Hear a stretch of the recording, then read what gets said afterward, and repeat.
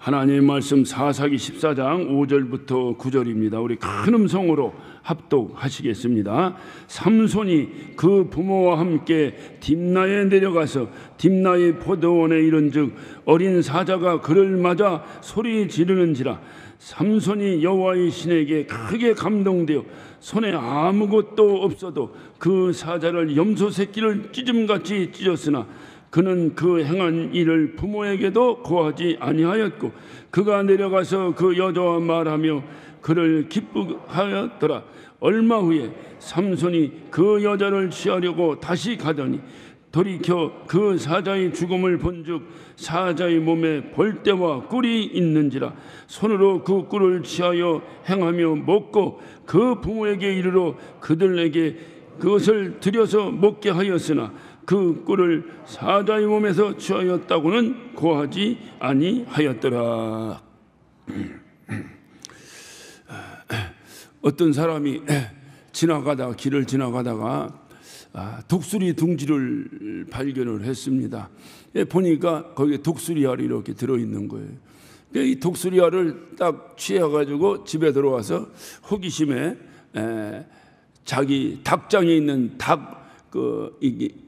이제 둥우리에다가 그 독수리알을 집어넣습니다.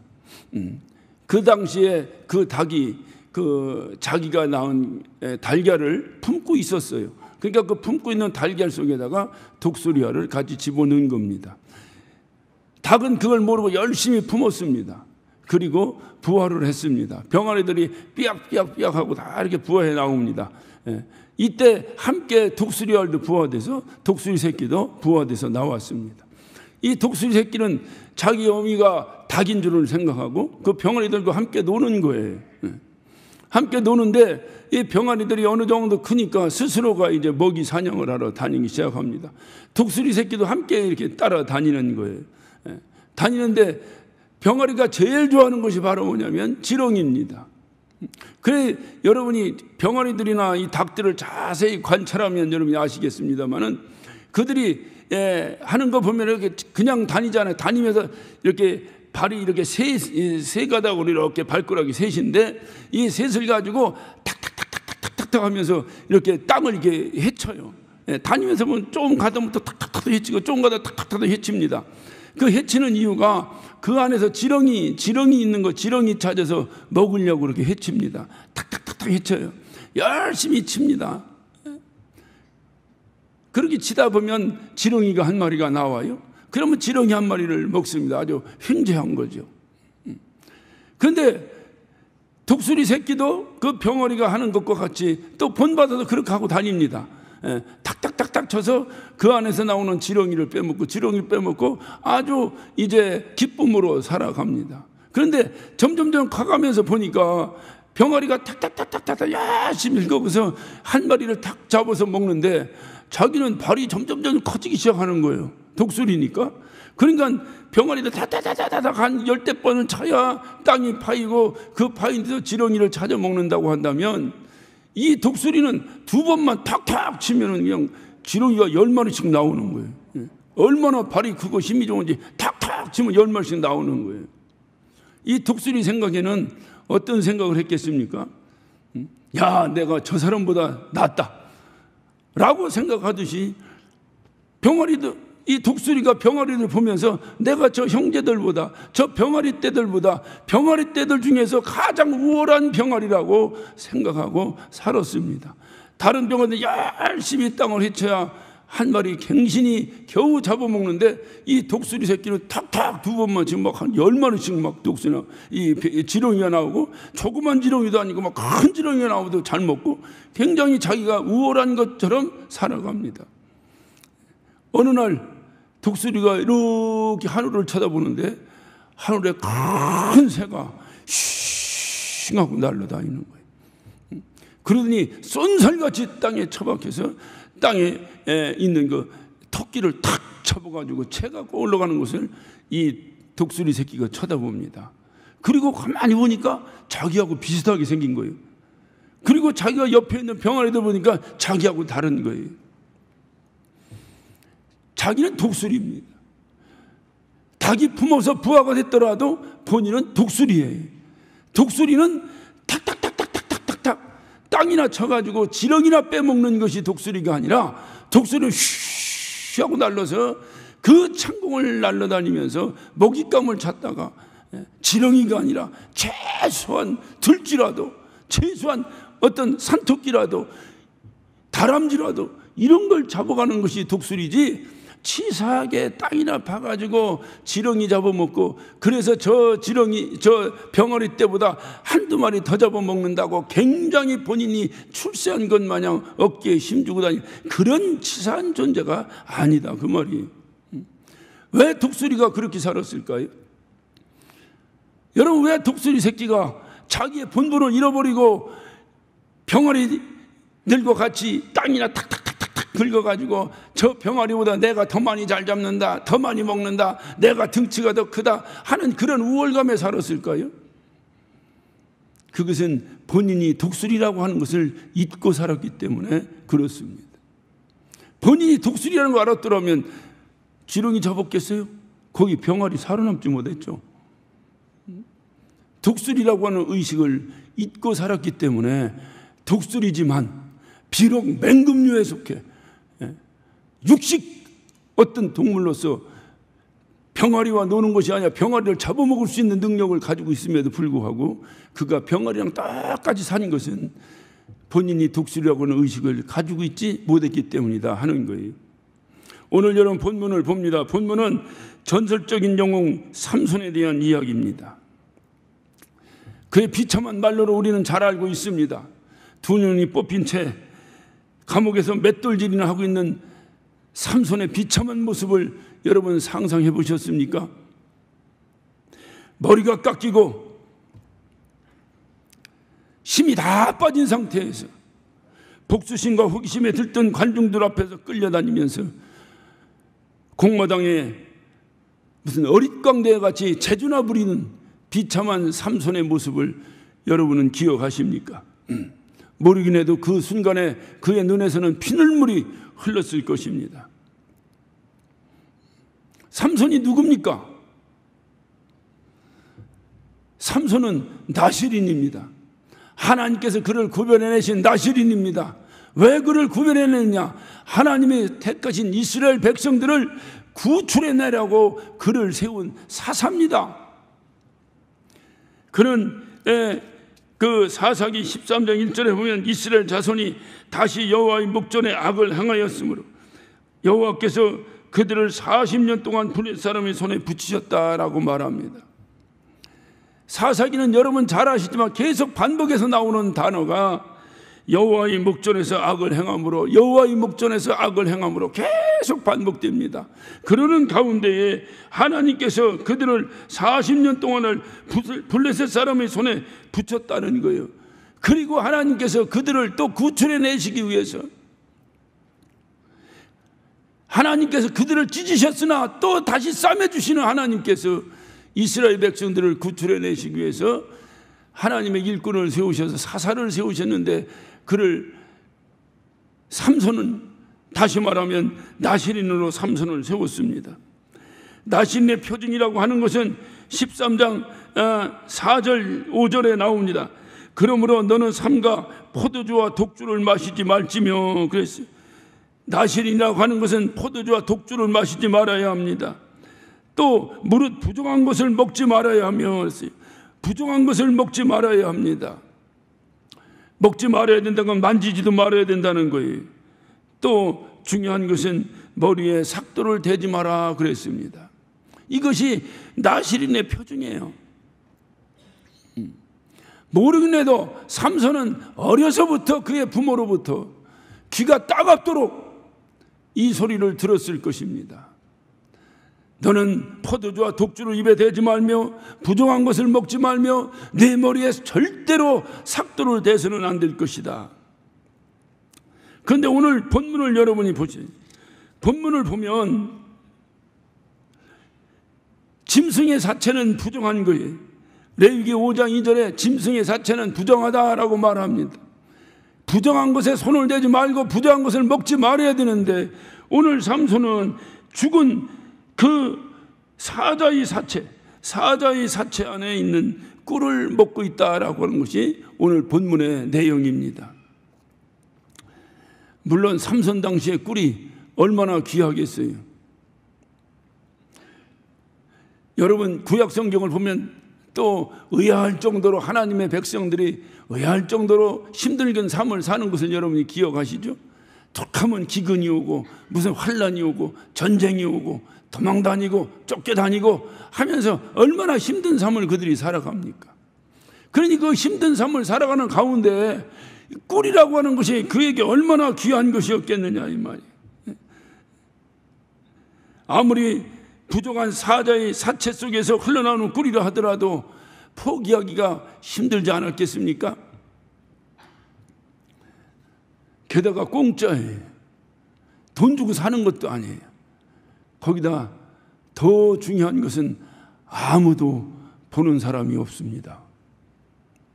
그는 어려서부터 끊임없이 교육을 받았습니다. 너는 나실이니다. 부족한 것을 먹어서는 결코 안 될 것이다. 끊임없이 교육을 받았지만 그가 그 사체 속에서 흐르는 꿀을 보고 미혹을 받아버린 거예요. 이 귀하고 귀한 꿀을 포기할 수가 없었던 거예요. 만약에 누가 포기라도 한다면 포기라도 하겠는데 아무도 보는 사람이 없어요. 돈 내고 먹으라고 하면 또 포기라도 하겠는데 공짜로 먹을 수 있는 거예요. 어떤 분이 그런 얘기를 해요. 내가 누구냐? 아무도 없을 때, 아무도 보지 않는 곳에 그때 내가 나다. 저는 그 말에 많은 의미를 가지고 있었어요. 제가 목사로서 여러분 앞에 서 있을 때와 제가 우리 가정에서 있을 때와 아무도 없는 곳에서 저의 모습을 한번 비교해 봅니다. 여러분도 한번 비교해 보세요. 내가 교회 나와 있을 때와 또는 교회를 떠나서 있을 때와 또는 아무도 없을 때 나는 아무런 차별이 없는가? 아무런 어떤 변화가 없는가? 동일한가?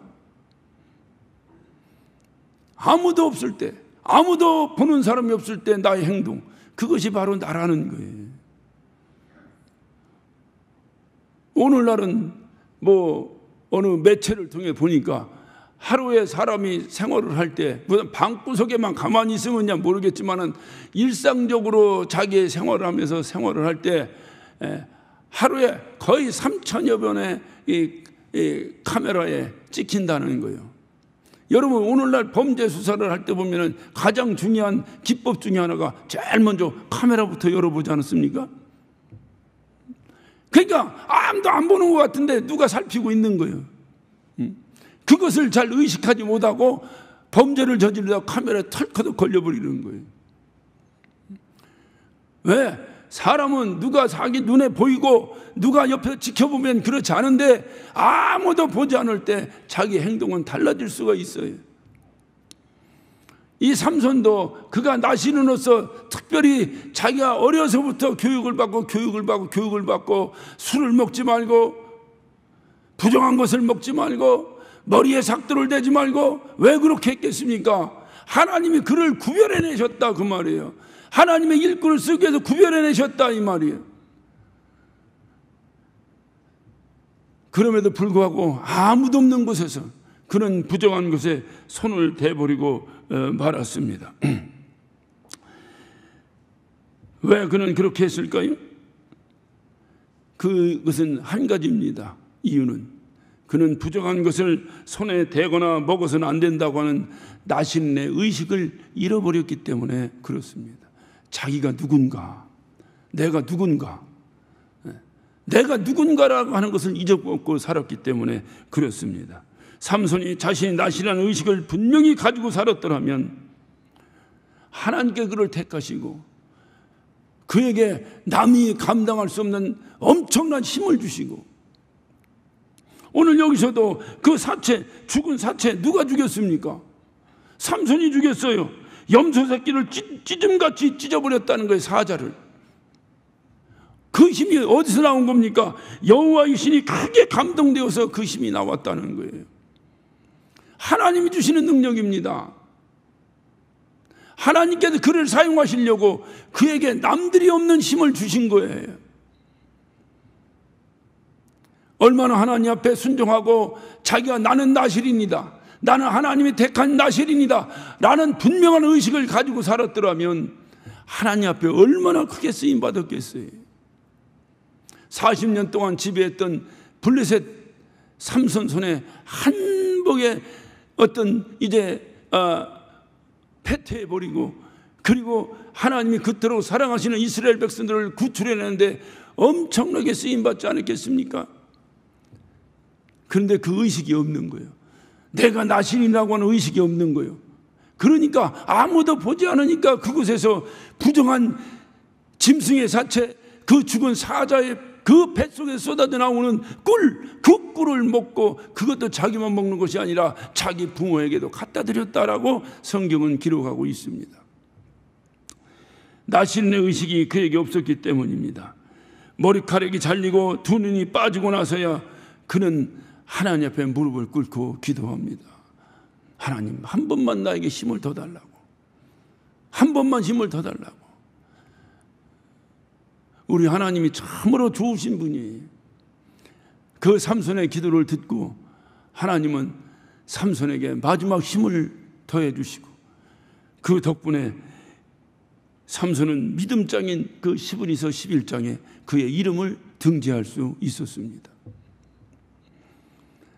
하나님께서 택하신 자, 나는 하나님이 택한 자다, 나는 나실인이다, 이 의식을 가져야 되는데 이 의식이 없는 거예요. 이 의식이 없다 보니 세상의 모든 유혹에 민감하게 미혹당합니다. 여러분, 아무런 능력도 없고 아무런 힘도 없고 보잘것없이 자기 하나 목숨 연명하기도 급급한 사람에게 미혹이 오면 무슨 미혹이 오겠습니까? 돈도 많고 힘도 있고 권력도 있고, 이런 사람이 왜 하루아침에 추풍낙엽처럼 떨어져 나갈까요? 미혹받아 그래요. 유혹받아서 그래요. 왜 그들이 유혹을 받을까요?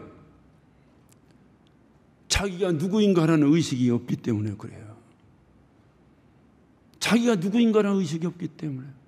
어떤 정치가는 장래가 촉망되어 앞으로 대선 주자라고 했던 사람이 그 권력을 가지고 여성을 탐했습니다. 그리고 얼마 전에 감옥에서 풀려났습니다. 앞으로 10년 동안은 아무 행동을 못 한다는 거예요. 왜 그런 비참한 말로가 됐을까요? 모든 사람들에게 본이 되어야 될 지도자라고 하는 의식이 그에게서 없었기 때문에 그렇습니다. 가지고 있고 힘 있고 권력 있고 왜 그에게 그런 의식이 없어졌을까요? 여러분 주변에도 얼마든지 찾아볼 수 있어요. 왜 그에게 그런 의식이 없을까요? 중요한 이유는 한 가지입니다. 그런 권력과 그런 힘과 그런 능력을 하나님이 주셨다고 하는 사실을 잊고 살기 때문에 그렇습니다. 자기가 잘나서 자기 능력으로 내가 너보다 더 낫기 때문에 독수리 새끼처럼 지렁이 파먹는데 일반 병아리가 한 마리 파먹을 때 자기가 10마리 파먹었다고, 내가 너보다 더 낫다고 그 능력을 하나님이 주신 것을 잃어버리고 함부로 살다가 세상 말로는 그것을 기고만장이라고 말합니다. 반드시 유혹받습니다.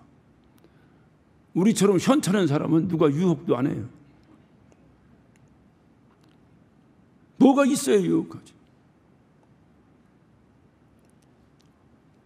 지난번에 제가 어떤 분을 자꾸 중매를 해달라고 나보고 그래. 야, 나도 감당 못하는데 누굴 또 중매를 한단 말이야. 내가 참으로 착해요. 그럼 믿음이야. 믿음 안에서 살아요.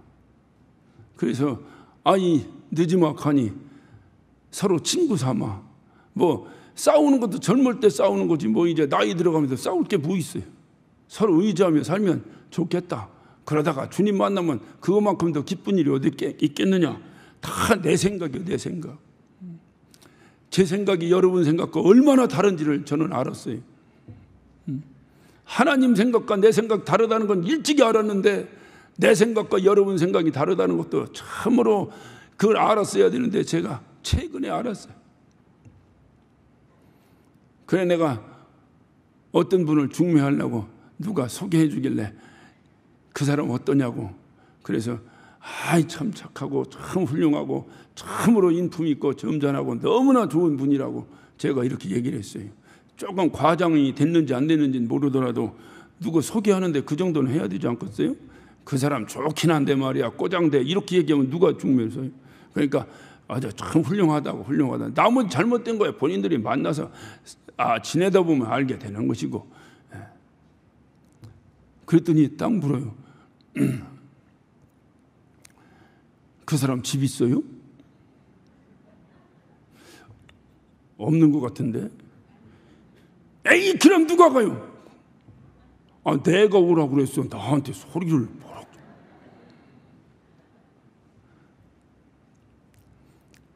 저는 그 사람의 생각이 잘못됐다고 생각했어요. 그래서 여러분에게 물었어요. 권사님들에게도 물어보고 또 여러 어떤 만나는 사람한테마다 물었어요. 그랬더니 전부 다 이구동성 똑같은 얘기를 해요. 늙어먹게 집도 없는 사람한테 뭐 들어갑니까? 여러분에겐 묻지 않겠습니다. 동일한 마음이라고 저는 믿습니다. 그리고 저도 정신이 버뜩 들더라고요. 그때부터 제가 설거지를 하기 시작했습니다.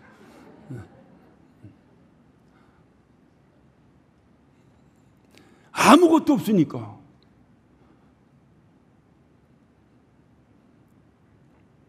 유혹은커녕 누가 접근조차도 하지 않으려고 해요.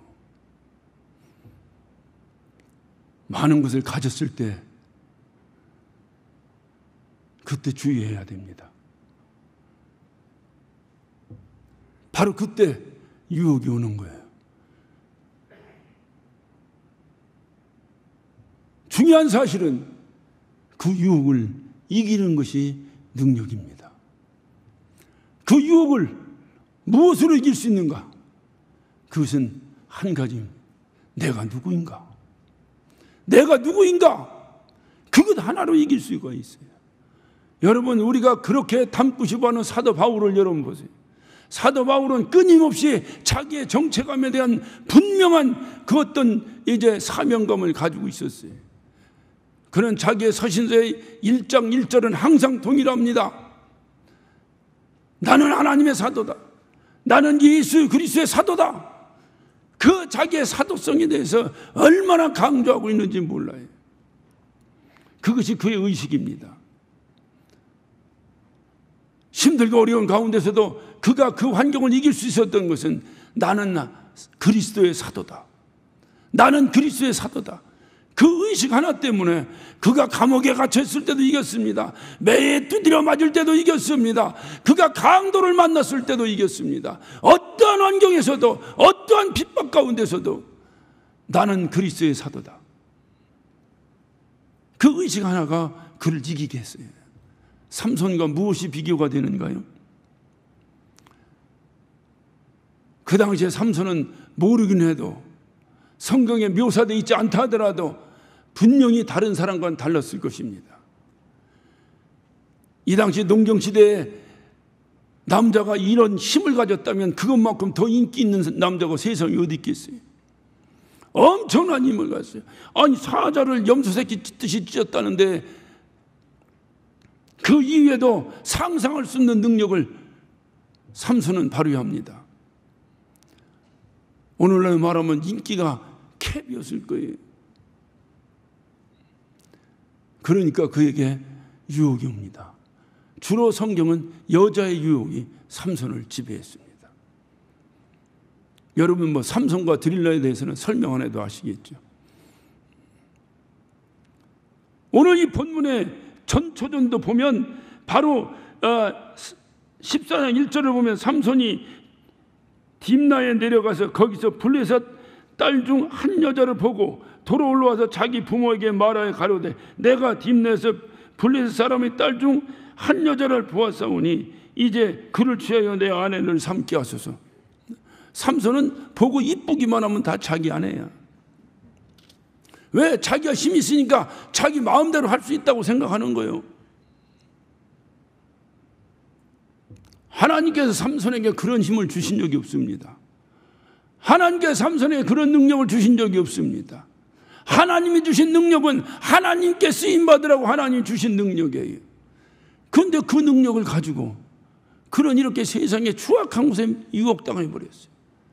그래서 딥나에 있는 이 블레셋 딸, 아니 지금 삼손을 왜 세웠습니까? 블레셋 때려잡으라고 세웠는데 지금 블레셋의 딸을 지금 블레셋 민족의 사위가 되려고 하니 여러분이 상상이나 할 수 있는 일이겠어요? 유혹당하면 배는 게 없습니다. 그렇게 된 거예요. 그래서 삼손이 지금 이 여인에게 유혹당했습니다. 그래서 그 여인을 만나려고 부모를 데리고 딥나에 내려가다 오늘 본문이 삼손이 그 부모와 함께 딥나에 내려갔어요. 딱 내려갔는데 포도원에 도착했는데 보니까 사자 한 마리가 딱 있는 거예요. 일단 심자랑부터 해야 되지 않겠습니까?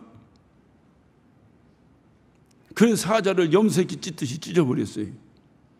중요한 사실은 그리고 나서 그 사자의 사체 속에 흐르는 꿀을 자기가 나시라는 의식도 없이 그것을 퍼먹어대기 시작했습니다. 이것이 시작하여 삼손의 그 일생은 하나님이 주신 능력 때문에, 하나님이 주신 그 나시린의 직분 때문에 그는 비참한 삶을 살아갑니다. 제가 서두에도 말씀드렸다시피 두 눈이 뽑히고 맷돌질이나 하고 머리에 삭도를 대지 말라는 그 하나님의 준엄한 명령도 앞에서도 그는 쓰러져 결국은 머리가 잘리고 그리고 어릿광대 노릇이나 하는 비참한 존재로 전락해버리고 말았어요. 사도 바울처럼 나는 그리스도의 사도다, 나는 그리스도의 사도다, 이 의식이 분명해. 그는 그래서 갈라디아 2장 20절에 그는 이렇게 고백합니다. 내가 그리스도와 함께 십자가에 못 박혔나니 그런즉 이제는 내가 산 것이 아니요 오직 내 안에서 그리스도께서 사신 것이다. 이 의식이 분명히 있었어요.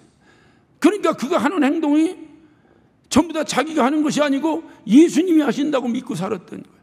자기가 감옥에 갇혔어요. 자기가 갇힌 것이 아니라 예수님이 갇혔다고 생각을 했어요. 자기가 두드려 맞아요. 내가 맞는 것이 아니라 내 안에 있는 예수님이 맞고 있다고 생각했어요. 그렇기 때문에 이길 수가 있었어요. 여러분도 왜 우리가 절망하고 좌절합니까? 내가 힘들게 당하고 있다고 생각하기 때문에 그래요. 내가 어려움 당하기 때문에 그렇다고 생각해요. 그런데 사도 바울처럼 내 안에 있는 그리스도가 어려움 당하고 있다고 생각한다면 모르긴 해도 여러분에게 힘이 불끈 날 것입니다. 최소한 그것이 하나님의 자녀예요. 내가 힘든 게 아니라 내 안에 있는 우리 아버지가 힘들다는데 번처마치 하겠어요?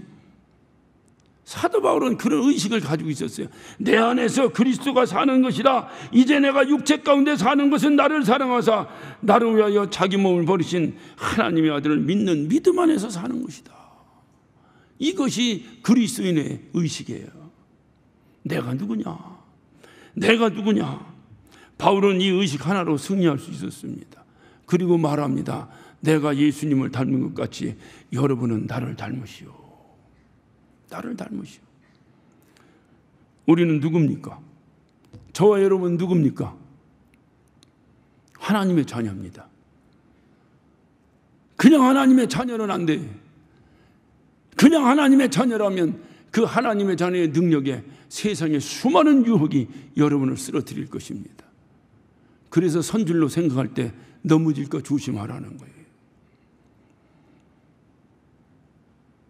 교회 다닌다고 뭐 한다고 젊었을 때 수도 없이 군대에서도 수도 없이 듣던 얘기야.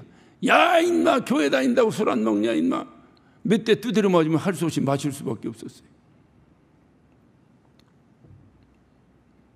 의식이 없어요. 의식이. 그리스도인의 의식이 없어요. 내가 하나님의 자녀라는 의식이 없어요. 만약 우리가 신앙생활 하는데 내가 누구인가라는 의식이 없다면 우리의 신앙생활은 어떻게 되었겠습니까? 주님을 향한 열정은 사라져버리고, 그 열정이 사라지니 하늘나라에 대한 소망도 사라져버리고, 하늘나라에 대한 소망이 사라지니 함께 하늘나라에 가자고 하는 사랑하는 지체들과의 깊은 사랑의 관계도 다 끊어져 버리고. 여러분, 우리가 인생을 살다 보면 이게 어떤 패키지로 이렇게 해서 단체 여행도 다니기도 하지 않습니까? 단체 여행을 가다 보면 그 한 버스 안에 타거나 한 비행기 안에 타거나 이렇게 여행을 가다 보면 같은 팀끼리 얼마나 친해집니까? 금방 친해지죠. 처음 보는 사람들도 금방 친해지죠. 왜 금방 친해집니까? 함께 여행 가는 거예요. 목적지가 같은 거예요. 목적이 같은 거예요. 왜 우리 그리스도인의 어떤 삶 가운데서 서로가 지체끼리 지내고 사랑해야 되겠습니까? 가야 될 곳이 같은 거예요. 삶의 목적이 같은 거예요. 내 신분이 동일한 거예요. 세상 사람들은 영생이 없어요. 우리는 영생을 얻은 자들이에요. 천국은 죽어야 가는 곳입니다. 그러나 영생은 내가 예수 그리스도를 영접하는 순간 얻어지는 것입니다. 지금 내가 이 땅에 사는 동안에 천국은 안 가봤어도 영생은 소유하고 있는 거예요. 영생을 소유한 우리와 영생을 소유하지 않은 자와 어떻게 어울릴 수가 있겠습니까? 그런데 하물며 영생을 얻고 함께 하늘나라로 가게 된다고 하는 그 목적의식을 함께 가진 자들끼리 어찌 사랑하지 않고 지낼 수 있겠습니까? 그러나 그렇지 못해요. 왜? 의식이 사라져버린 거예요. 내가 나 된 것은 하나님의 은혜다. 사도 바울의 이런 고백과 같은 고백이 우리에게 없는 거예요. 내가 하나님의 자녀가 된 것도 내 능력으로 된 것 같고, 그러다 보니까 어느 때 기분 나쁘면 아닌 것 같고, 기분 좋으면 된 것 같고, 전부 내 중심에서 이루어지는 것을 생각하는 거예요. 의식이 사라져버린 거예요. 하나님이 나를 그렇게 세우셨다고 하는, 세상에서 그 많은 사람 가운데서 나를 택하셔 나를 그렇게 세우셨다고 하는 의식이 사라져버린 거예요. 그러니 세상 사람과 다를 바가 무엇이 있겠습니까? 주님의 명령은 이 세상을 본받지 말고 하나님의 뜻을 분별하고 살으라고, 그렇게 로마 12장 2절에도 그렇게 말씀하시고 명령하셨는데, 세상을 본받지 말기는커녕 세상과 동화되게 되긴커녕 세상의 악을 하나님의 자녀들이 오히려 주도하고 살아간다면, 세상의 불법적인 방법을 교회에서도 동원되고,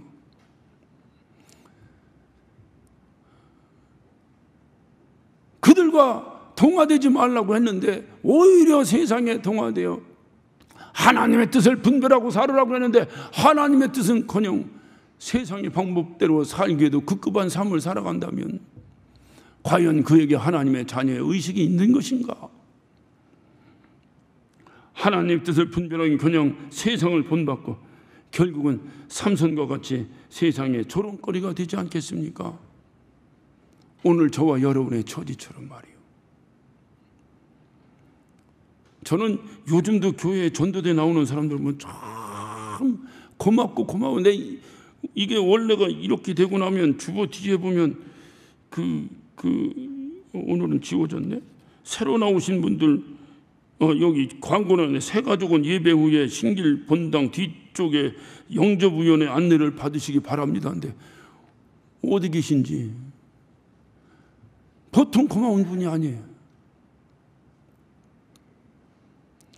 그분들은 무엇을 바라고 우리 교회에 나왔는가? 보통 부담스럽지 않아요. 지난주에도 제가 담당한 예배당에 새로운 영혼이 출석을 했습니다. 얼마나 고마운지 몰라요. 집중적으로 관리를 했습니다. 우리 전사님과 함께 이번 수련회 때 침례까지 받았어요. 너무 감사한 일이에요. 내가 이번 주도 달려가서 그를 끌어안아주고 싶은데 본당 설교가 있어도 못 가네. 얼마나 고마운지 몰라요. 이런 환경에서도 교회 나오는 사람이 있구나. 이건 누가 뭐라 해도 하나님의 능력이다. 하나님이 하신 일이다. 이 세상에서 성도로 살아갈 때 가장 필요한 것이 무엇이겠습니까? 오늘 말씀의 제목입니다. 의식 있는 하나님의 자녀예요. 내가 하나님의 자녀라는 의식을 잃지 마시기를 예수 이름으로 축원합니다. 그걸 잃지 말아야 돼요. 그래야 힘들고 어려워도 이길 수 있어요. 그래야 세상의 어떤 조롱도 이겨낼 수 있어요. 그래야 세상의 어떤 유혹도 능히 이겨낼 수가 있어요. 의식이 없으면 언제든지 넘어집니다. 그의 모델 케이스가 바로 삼손입니다. 넘어져요. 세상 풍조가 나날이 갈리어도 나는 내 믿음 지키리라. 우리가 찬양하면서 날마다 부르고 살아야 돼요. 세상에 그래도 나는 그러지 말아야 되겠다. 요즘 세상이 그렇지 않다니까요. 그런 소리 하지 말고 세상이 그래도 나는 그렇게 살지 말아야 되겠다. 나는 그렇게 살지 말아야 되겠다. 앞사람 넘어진다고 같이 넘어집니까? 아니다. 앞사람 넘어져도 난 넘어지지 말아야 되겠다. 그 힘이 어디서 나옵니까? 내가 누군가? 내가 누군가?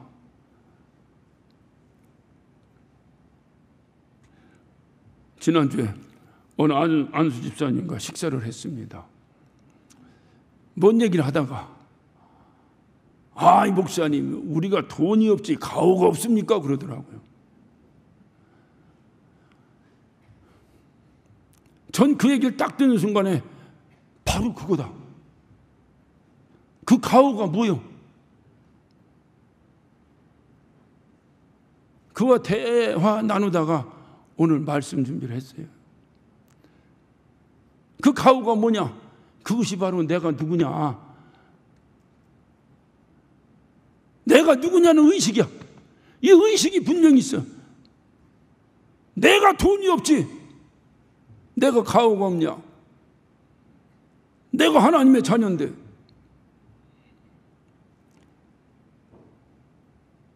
내가 누구인가는 확실한 의식만 있다면 우리가 이 세상 살아가는 동안에 최소한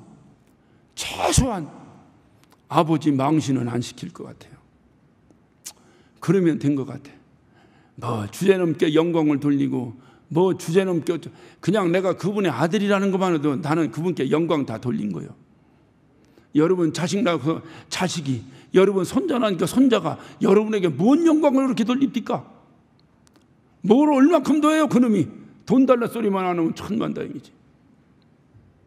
그런데도 여러분 그 자손들을 바라볼 때 어때요? 그 자손들이 여러분의 영광 아닙니까?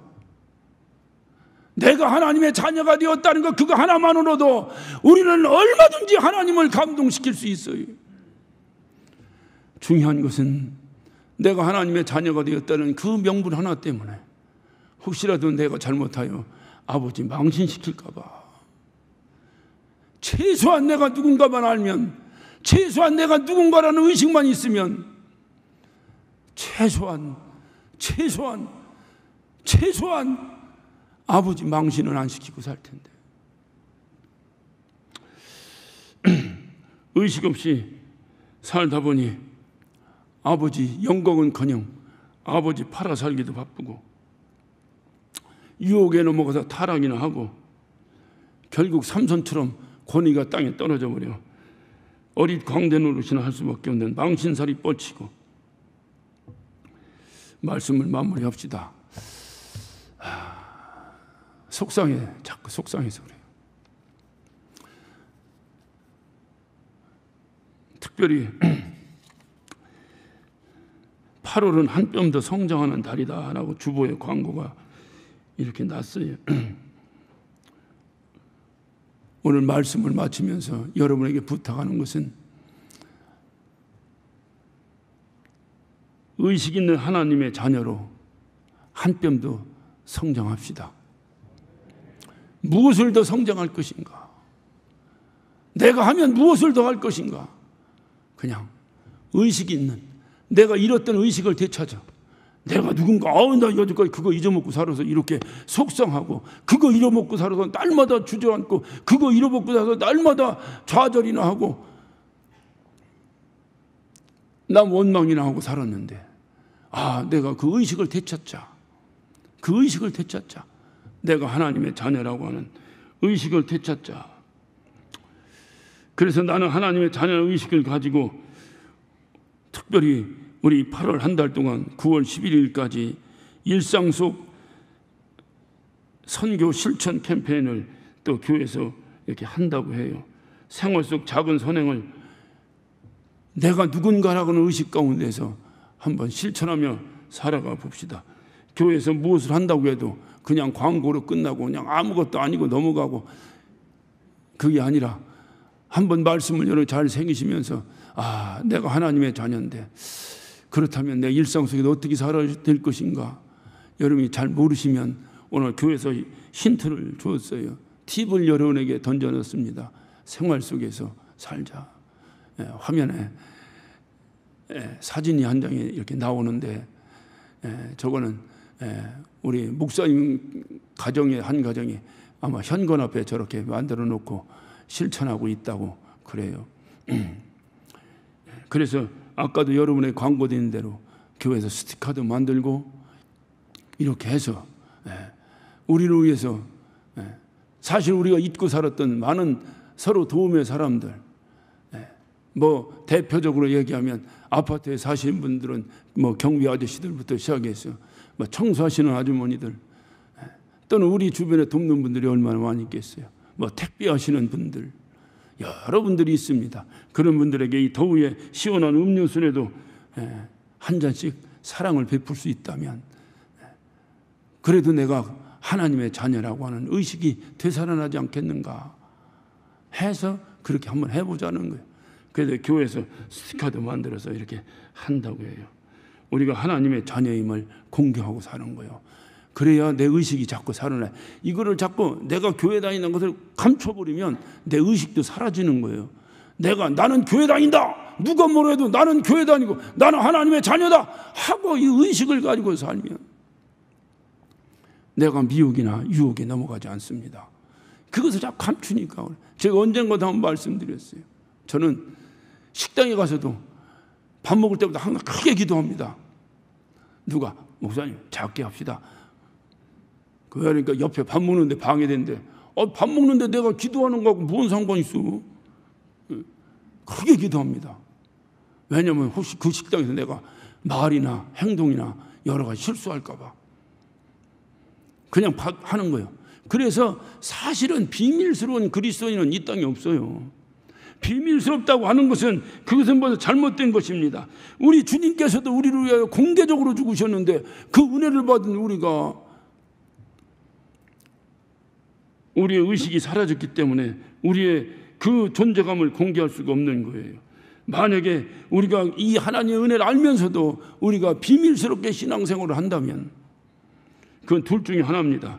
하나는 가짜 예수를 믿든지, 하나는 의식 없이 비겁하게 자기 행동에 제약을 받을까 봐 침묵하고 있든지, 둘 중에 하나입니다. 마지막으로 여러분에게 다시 한번 묻습니다. 우리는 누굽니까? 우리는 누굽니까? 하나님의 자녀입니다. 언젠가 이 세상을 떠날 때 천국에서 영원히 함께 살 자들입니다. 그 소망을 잃어서는 안 돼요. 우리 모두 분명한 의식을 가지고 승리하시기를 예수 이름으로 축원합니다. 기도하십시다. 오늘 시간 기도하실 때 하나님, 우리가 이 세상 살면서 참으로 힘들고 어렵습니다. 그럼에도 내가 당당히 살기를 원합니다.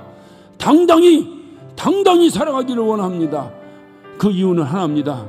나는 하나님의 자녀이기 때문에 그렇습니다. 하나님, 내가 하나님의 자녀라는 의식을 잃지 아니하고 승리하는 삶을 살게 하여 주옵소서. 우리 다 같이 예수여 삼창하시고 한 목소리로 기도하십니다. 예수